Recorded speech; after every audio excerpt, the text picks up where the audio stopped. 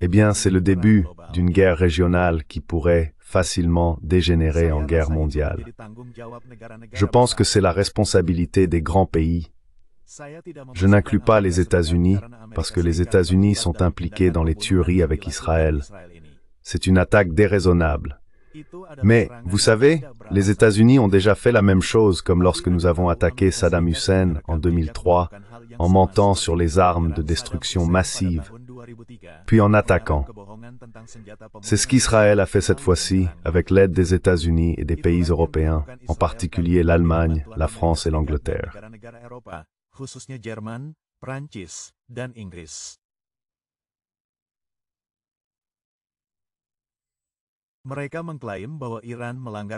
Ils affirment que l'Iran a violé le traité sur la non-prolifération nucléaire et ont publié un rapport qui franchement a été rédigé pour provoquer la guerre. Ensuite, Israël a lancé une attaque en prétendant « Oh, ils se défendent ». Vous savez, c'est le seul pays au monde qui pense que lorsqu'il sort bombarder des civils, cela s'appelle de la légitime défense. Ce n'est pas raisonnable. Donc l'Iran n'a pas perdu de temps. Ils ont réagi en moins de 24 heures et ont attaqué Israël à Tel Aviv et dans d'autres endroits du pays. Le gouvernement israélien essaye désespérément de dissimuler la situation et de faire comme si « Oh, il ne s'est rien passé ici ». Mais ils ont dit « Oui, Dieu, l'Iran a maintenant franchi la ligne rouge, donc ils vont riposter à nouveau ».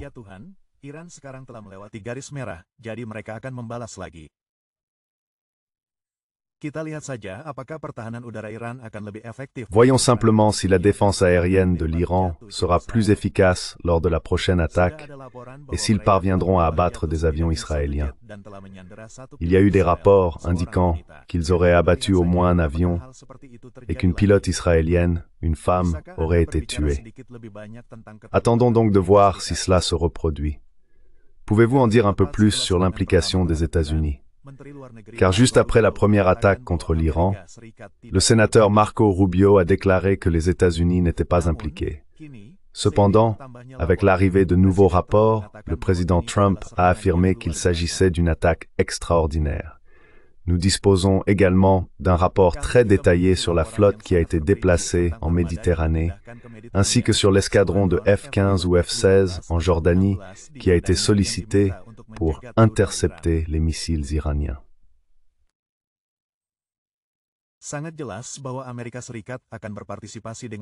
Il est très clair que les États-Unis participeront de toutes les manières possibles à l'attaque contre l'Iran. Si vous pouvez nous en dire un peu plus sur la position des États-Unis dans cette guerre, l'Amérique. Les États-Unis sont directement impliqués. Vous savez, Trump a joué à ce jeu. Vous savez qu'il est une personne insensée.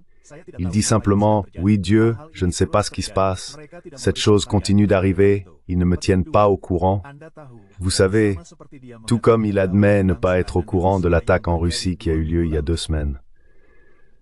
Ce n'est qu'un mensonge de sa part, parce que vous savez, et il s'est trahi lui-même ce matin, dans un commentaire au New York Post, un journal américain, où il a dit « Je sais quand Israël attaquera. Je sais tout. » Eh bien, quand on sait tout, cela signifie qu'on est en position de l'arrêter.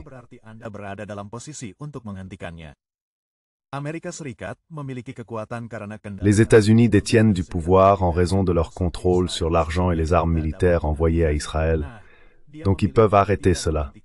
Eh bien, ils ont choisi de ne pas l'arrêter. Ils ont choisi de laisser faire. Je ne sais pas si, dans sa réflexion mûrie, il pense que cela va d'une manière ou d'une autre pousser l'Iran à venir à la table des négociations.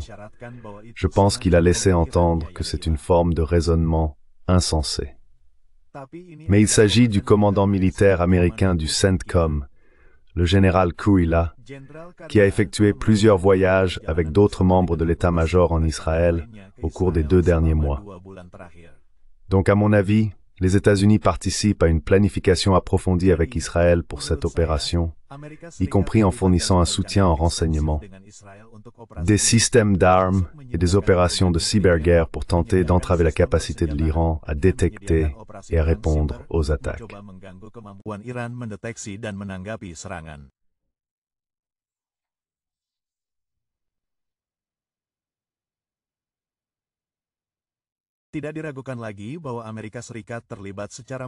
Il n'est plus douteux que les États-Unis sont profondément impliqués dans tout ce que le régime israélien a fait contre l'Iran, non seulement aujourd'hui, mais depuis le début.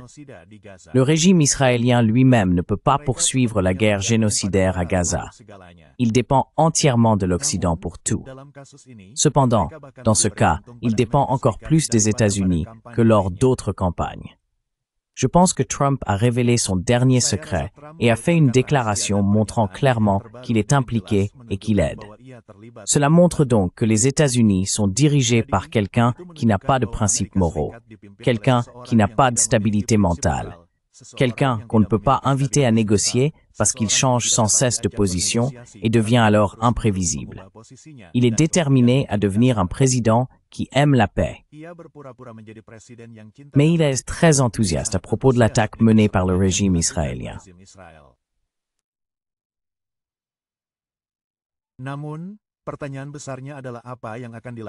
Mais la grande question est, que va faire l'Amérique maintenant? L'Amérique va-t-elle s'impliquer directement? Si c'est le cas, je pense que ce serait la plus grande erreur jamais commise par un dirigeant américain, car les capacités militaires de l'Iran, comme nous le voyons aujourd'hui, sont très impressionnantes.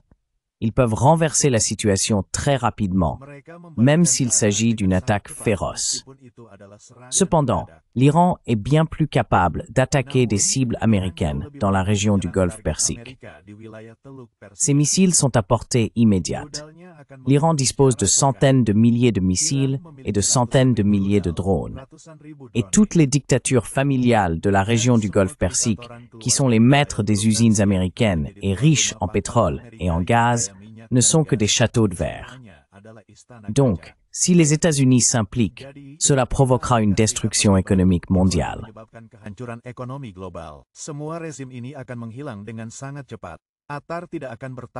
Tous ces régimes disparaîtront très rapidement. Le Qatar ne tiendra pas un jour. Les Émirats ne tiendront pas plus de quelques jours. Ce sera la fin de ces régimes, et ce sera aussi la fin de l'économie mondiale telle que nous la connaissons. Donc espérons que Trump ne sera pas plus actif dans cette affaire. Cependant, il ne fait plus de doute que les États-Unis sont impliqués. Dire que les États-Unis ne sont pas impliqués est encore plus ridicule que de croire que les États-Unis n'avaient rien à voir avec l'attaque contre l'avion bombardier stratégique russe. Rappelez-vous, le conseiller à la sécurité nationale d'Israël, Tsachi Hanegbi, a déclaré que le programme nucléaire iranien ne pouvait pas être détruit par des opérations militaires. Cette attaque n'est qu'un moyen supplémentaire de faire pression sur l'Iran pour qu'il accepte l'accord en cours sous la direction des États-Unis.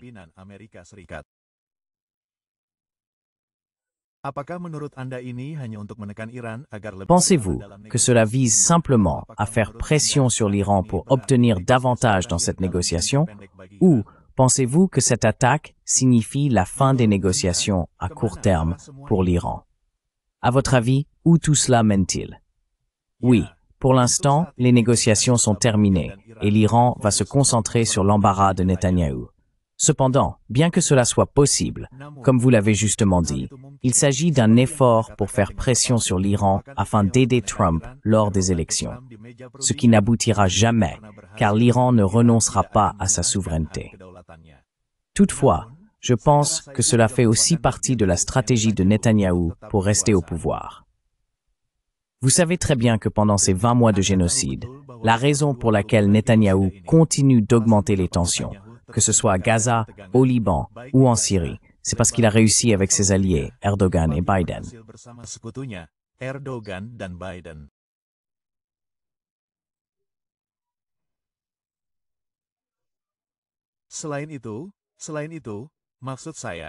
À part cela, je veux dire, quand on voit tout cela et ce qui se passe actuellement, toute cette escalade est essentiellement pour son propre intérêt, pour se défendre lui-même. Il ne s'agit pas d'Israël. Netanyahou, à mon avis, ne se soucie pas d'Israël. Il veut simplement échapper à la prison. Il veut être une figure historique, un héros, et échapper à la prison. Et je pense qu'il a détruit Israël, le régime israélien, en conséquence, car l'économie est en grande difficulté. Mais surtout, l'armée est déjà épuisée. Tetapi yang paling penting, militernya sudah kelelahan. Tetapi yang paling penting, dunia telah membenci rezim Israel. Mais surtout, le monde déteste désormais le régime israélien actuel.